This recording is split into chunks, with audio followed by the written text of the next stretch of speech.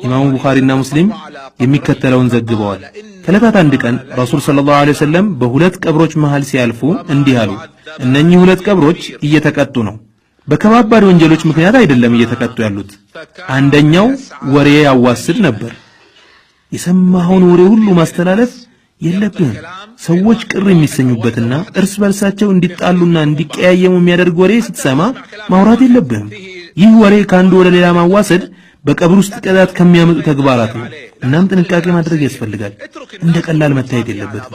ሌላኛው ደግሞ ሲጸዳዳ ከሰዎች እይታ አይከለልም ነበር አሉ። አሁን በየመንደሩና መንገዱ እንደምንመለከተው ማለት ነው። ሰዎች ሲጸዳዱ ከሌሎች እይታ ራሳቸውን አይከልሉ። ይህ ደግሞ በቀብር ውስጥ ቅጣትን ከሚያስከስቱ ነገሮች መካከል ነው። ከዚያም ረሱል ሰለላሁ ዐለይሂ ወሰለም እርጥብ የዛፍ ዝንጣፍ የወሰዱና ሁለት ቦታ በመሰንጠቅ ቀብሮቹ ላይ ተከሏቸውና እንዲህ አሉ። እስካልደረቁ ድረስ ካሉበት ቅጣት የተወሰነ ይቀንስላቸዋል አሉ። እነኚህ እንጨቶች እርጥብ ሆነው እስከሚቆዩበት ጊዜ ድረስ የተወሰነ ቅጣት ይቀንስላቸዋል ማለት ነው። በዚህ ረሱል ሰለላሁ ዐለይሂ ወሰለም ንግግር ውስጥ ዑለማዎች እንዳሉት እነኚህ ሁለት ሰዎች ሙስሊሞች እንደነበሩ ጥቆማ ተደርጓል። ምክንያቱም ካፊር ቅጣት አይቀልለትም። ሙስሊምም ቢሆን ለቀብር ቅጣት የሚዳርጉ ነገሮችን ካልተጠነቀቀ ቅጣቱ እንደሚያገኘው ጥርጥር የለውም። የቀብርን ቅጣትና ለእርሱ የሚዳርጉ ነገሮችን በማስመልከት ከተነገሩ ሁሉ እጅግ በጣም የሚደንቀውና የሚገርመው ኢማሙ ቡኻሪ የዘገቡት ሐዲስ ነው። መልእክቱን በጥሞና እንድታስተውሉና እንድታደምጡ ከወዲሁ አደራ እላለሁ። በዚህ ሐዲስ ውስጥ ረሱል ሰለላሁ ዐለይሂ ወሰለም ከገለጿቸው ሰዎችም እንዳትሆኑ ተጠንቀቁ። ሐዲሱን ያስተላለፉልን ታላቁ ሰሐቢይ ሰሙረቱ ብን ጁንዱብ እንዲህ ይላሉ። ረሱል ሰለላሁ ዐለይሂ ወሰለም አንድ ሰላት አሰግደውን ሲጨርሱ በሙሉ ፊታቸው ወደኛ ይዞራሉ። ከዚያም ማን ነው ከናንተ መካከል ህልም ያየ በማለት ይጠይቃሉ። ህልም ያየ ካለ ለእሳቸው ይነግራቸዋል። ረሱልም ማሻአላህ ጥሩ ነው ይላሉ። ህልም የሚባለው ጥሩ መልእክት ያዘለ ወይም ትክክለኛ ለመሆኑ ከአላህ የሆነ ምልክት ያለው ነው። እንደ ተለምዷቸው ረሱል ሰለላሁ ዐለይሂ ወሰለም ከዕለታት አንድ ቀን ህልም ያየ ማን ነው በማለት ጠየቁን። ሁሉም ዞር ዞር በማለት ተያየ፣ ግን ማንም ህልም ያየ አልነበረም። ከዚያም ህልም አላየንም ያ ረሱላህ በማለት መልስ ሰጠናቸው። እሳቸውም እኔ ግን አይቻለሁ አሉ። እንግዲህ ረሱል ሰለላሁ ዐለይሂ ወሰለም ያዩትን ህልም ሊነግሯቸው ነው። እንደምታውቁት የነቢያት ህልም ደግሞ ትክክለኛና እውነተኛ ነው። በዛሬዋ ሌሊት ሁለት ሰዎችን ወደ እኔ ሲመጡ በህልሜ አይቻለሁ። ሁለቱም እጆቼን ያዙኝና ወደ ቅድስቷ ምድር ይዘውኝ ወጡ። እዚያም አንደኛው የተቀመጠ ሌላኛው የቆመ ሲሆን ሁለት ሰዎችን አገኘን። የቆመው በእጁ ከብረት የሆነ መንጠቆ መሰል ነገር ይዟል። ያንኛው ደግሞ በጀርባው ተንጋሎ ተኝቷል። ይህ በእጁ መንጠቆ የያዘው ሰውዬ በጀርባው ተንጋለለው ሰውዬ አፍ ውስጥ የያዘውን መንጠቆ ይከትበታል። ከዚያም የሰውየውን አፍ እስከ ጭንቅላቱ ጫፍ ድረስ ይተረትረዋል። በሌላኛው አቅጣጫ ወይም ጉንጩ ይመጣና በዚህም በኩል እንዲሁ እስከ ጭንቅላቱ ጫፍ ድረስ ይተረትረዋል። የመጀመሪያው እንደነበረ ይመለሳል። በዚህ መልኩ አንዱን ይተረትርና ወደ ሌላኛው ይሄዳል። ከዚያም እሱን ተርትሮ ወደ መጀመሪያው ይመለስና ይተረትረዋል። በእንዲህ አይነት ሁኔታ በተደጋጋሚ አፉን እየተረተረ እስከ ቂያማ ድረስ ያለማቋረጥ ያሰቃየዋል። ምንድነው ይሄ ብዬ ጠየቅኩኝ። እነዚያ ሁለት ሰዎች ወደፊት ሂድ አሉኝ። ጉዟችንን ቀጠልን። ከዚያም አንድ በማጅራቱ ደገፍ ብሎ የተጋደመ ሰው ዘንድ ደረስን። ሌላው ሰውዬ ደግሞ በተጋደመው ሰው ጭንቅላት ጫፍ ቆሟል። በእጁ ቋጥኝ ድንጋይ ይዟል። በዚያ ድንጋይ የተጋደመውን ሰውዬ ጭንቅላት ይፈጠፍጠዋል። አንድ ጊዜ ሲመታው ጭንቅላቱ ብትንትን ይላል፣ ድንጋዩ ይንከባለላል።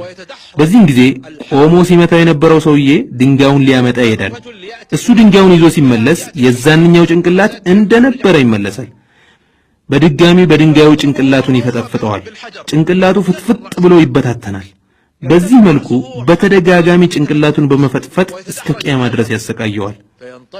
ማን ነው ይሄስ ብዬ ጠየቅኩኝ። እነዚያ ሁለት ሰዎች አሁንም ወደፊት ሂድ አሉኝ። ጉዟችንን ቀጠልን። ከዚያም አንድ ትልቅ ጉድጓድ ያለበት ቦታ ደረስን። ከላይ አፉ ጠባብና ስሩ ሰፊ የሆነ ጉድጓድ። ከጉድጓዱ ስር እሳት ይቀጣጠላል። እሳቱ ወደ ጉድጓዱ ዘልቆ ሲገባ በውስጡ ያሉ ወንዶችና ሴቶች ከእሳቱ ለማምለጥ ይተረማመሳሉ። እንደምንም ታግለው ከጉድጓዱ አፋፍ ላይ ደርሰው ለመውጣት ሲሞክሩ እሳቲቷ ወደ ነበረችበት ሁኔታ ትመለሳለች። ወደ ጉድጓዱ መዝለቁን ታቆማለች። እነሱም ወደ ጉድጓዱ ውስጥ ለመመለስ ይገደዳሉ። በድጋሚ እሳቲቷ ትመጣና ታቃጥላቸዋለች። እነሱም ከሷ ለማምለጥ ይሸሻሉ። ከጉድጓዱ አፋፍ ላይ ደርሰው ለመውጣት ይቃረባሉ። የተወሰነ ከለበለበቻቸው በኋላ እሳቲቷ ወደ ነበረችበት ሁኔታ ትመለሳለች። በዚህ አይነት ሁኔታ እስከ ቂያማ ድረስ ይቆያሉ። አላህ ከእንዲህ አይነቱ ይሰውራል። ምንድነው ይሄስ ብዬ ጠየቅኩኝ። እነዚያ ሁለት ሰዎች ወደፊት ሂድ አሉኝ። ጉዟችንን ቀጠልን። ከዚያም ከደም የሆነ ወንዝ ያለበት ስፍራ ደረስን። በወንዙ ዳርቻ ላይ አንድ ሰው ቆሟል። ሌላ ሰው ደግሞ በዚያ በደም ወንዝ ውስጥ ይዋኛል። እየዋኘ ወደ ዳር ሲደርስ ለመውጣት ይፈልጋል። ያ በወንዙ ዳርቻ ላይ የቆመው ሰውዬ ድንጋይ ያነሳና የሚዋኘው ሰውዬ ወደ ዳር ከመውጣቱ በፊት አፉ ላይ በዚያ ድንጋይ ይመታዋል፣ አፉን ያቆስለዋል። ሰውየው መልሶ ወደ ደም ወንዝ ይገባና መዋኘቱን ይቀጥላል። በተደጋጋሚ ወደ ዳር በመምጣት ሊወጣ ቢሞክርም በድንጋይ አፉ ላይ የመታ እንዲመለስ ያደርገዋል። በዚህ መልክ እስከ ቂያማ ድረስ ይሰቃያል። ምንድነው ይሄስ ብዬ ጠየቅኩኝ። እነዚያ ሁለት ሰዎች አሁንም ወደፊት ሂድ አሉኝ። ጉዟችንን ቀጠልን። ከዚያም አረንጓዴ ጨፌ ያለበት ቦታ ደረስን። በጨፌው መሃል ትልቅ ዛፍ አለ። በዛፉ ግንድ ስር ደግሞ አንድ ሽማግሌና ሕፃናት አሉ። አንድ ሰው ደግሞ ከዛፉ በቅርብ ርቀት ላይ አለ። ከዚህ ሰው ፊት እሳት አለ። እሱ ይህን እሳት በደንብ እንዲቀጣጠል እያደረገ እያነደደ ነው። ሁለቱ ሰዎች እዚያ ትልቅ ዛፍ ላይ ይዘውኝ ወጡ። ከዚያም አንድ በጣም የሚያምር ቤት ውስጥ አስገቡኝ። እንደዚያ የሚያምር ቆንጆ ቤት አይቻላውቅ። በዚያ ቤት ውስጥ አዛውንቶች፣ ጎልማሶች፣ ወጣቶች፣ ሕፃናትና ሴቶችም አሉ። ከዚያም ከዚህ ቤት አስወጡኝና እዛፉ ላይ ይዘውኝ ወጡ። ከመጀመሪያው ያማረና እጅግ በጣም ቆንጆ ቤት ውስጥ አስገቡኝ። በዚህም ቤት ውስጥ አዛውንቶች፣ ጎልማሶች፣ ወጣቶች፣ ሕፃናትና ሴቶችም አሉ። ከዚያም የዛሬውን ሌሊት መቼም አዞራችሁኝ፣ ስላየሁት ነገር ምንነት ንገሩኛ አልኳቸው። እነሱም ጥሩ፣ ያየኸውን ነገር ምንነት እናወጋሃለን አሉኝ። ከዚያም እንዲህ አሉኝ፣ ያ አፉን እየተሰነጠቀ እስከ ቂያማ ድረስ የሚሰቃየው ሰው ውሸታም ሰው ነው። ሲያወራ ውሸት የሚያወራ ነው። እሱ የዋሸው ወሬ አንዱ ለአንዱ ሊያስተላልፈውና ሲቀባበለው የሱ ውሸት ዓለምን ከዳር እስከ ዳር ያዳረሰ ነበር። ጭንቅላቱ ሲፈጠፈጥ የተመለከተው ደግሞ አላህ Subhanahu Wa Ta'ala ቁርአንን ያሳወቀው ያስተማረው ሰው ነው። ሌሊት አይሰግድበትም፣ ይተኛል። በቀንም አይሰራበትም፣ አይተገብረውም። በጉድጓድ ውስጥ ያያቸው ወንዶችና ሴቶች ዝሙተኞች ናቸው። በደም ወንዝ ውስጥ ሲዋኝ የተመለከተው ደግሞ ወለድ የሚበላ ሰው ነው። በትልቁ ዛፍ ስር ያየኸው ሽማግሌ ነቢ ኢብራሂም ናቸው። እሳት ሲያቀጣጥል የተመለከተው የእሳት ተወካዩ መልአኩ ማሊክ ነው። የመጀመሪያው ቤት ደግሞ የሰፊው ምእመን መኖሪያ ነው። ሁለተኛው ቤት ደግሞ የሸሂዶች መኖሪያ ነው። እኔ ጅብሪል ነኝ፣ ይህ ደግሞ ሚካኤል ነው። ከጭንቅላትህ ቀና በል አሉኝ። ጭንቅላቴን ቀና ሳደርግ ዙሪያዬ ልክ እንደ ዳመና ሩቅ ቦታ ሆኖ አገኘሁት። እነሱም ይህ ደግሞ ያንተ መኖሪያ ነው አሉኝ። እኔም እንግዳውስ ተውኝ መኖሪያዬ ልግባ አልኳቸው። ከእድሜህ የተወሰነ ያልጨረስከው አለ፣ ብትጨርስ ኖሮ መኖሪያ ትገባ ነበር አሉኝ። እስቲ ምንድነው ከእንዲህ አይነቱ ቅጣት ሊያደን የሚችል? አቢ ሰለማ ከአቢ ሁረይራ ባስተላለፉት ሐዲስ ረሱል ሰለላሁ ዐለይሂ ወሰለም እንዲህ ብለዋል። ይህ ሐዲስ ስለዚህ ጉዳይ ዝርዝር ማብራሪያ ይሰጠናል። ሐዲሱን በርካታ የሐዲስ ዘጋቢዎች ዘግበውታል። የሞተ ሰዎች እሱን ቀብረው በሚመለሱ ጊዜ የቀባሪዎቹን የጫማ ኮቴ ይሰማል። ሟቹ ሙእሚን ከሆነ ሲሰግደው የነበረው ሰላት ከራስጌው፣ ሲጾሙ የነበረው ጾም ከበስተቀኙ፣ የመጸወተው ምጽዋት ከበስተግራው፣ እውነተኝነቱ፣ ዝምድና ቀጣይነቱ፣ መልካምነቱ፣ ለሰዎች በጎ መዋሉ በግርጌው በኩል ይጠብቁታል። የተለያዩ ቅጣቶች ወደ እርሱ ሲመጡ በጭንቅላቱ አቅጣጫ ሲመጣ ሰላት በዚህ በኩል መግቢያ የላችሁም ትላለች። በስተቀኙ ሲመጣም ጾም በኔ በኩል መግቢያ የለም ይላል። በስተግራው ሲመጣም ዘካ በኔ በኩል መግቢያ አታገኙም ይላል። በስተግርጌውም ሲመጣ የተለያዩ የኸይር ስራዎቹ በእኛ በኩል ፈጽሞ መግቢያ አታገኙም ይላሉ። ይህ ነው እንግዲህ ከቀብር ቅጣት ሊያድን የሚችለው። እናም እነኚህን ነገሮች በብዛት መስራቱ ነው የሚያዋጣው። ንግግሬን የማሳረገው አንዳንድ ምክሮችን በማቅረብ ይሆናል። እነኚህ ምክሮች የተላለፉት ከታላላቅ ጻድቃን የአላህ ባሮች ነው። ዓሊ ኢብኑ አቢ ጣሊብ እንዲህ ብለዋል፣ ዱንያ ጀርባዋን ለኛ ሰጥታ ጉዞ ጀምራለች፣ አኺራ ደግሞ ፊቷን ወደኛ ዙራ ጉዞ ጀምራለች። ለእያንዳንዳቸው ልጆች አሏቸው።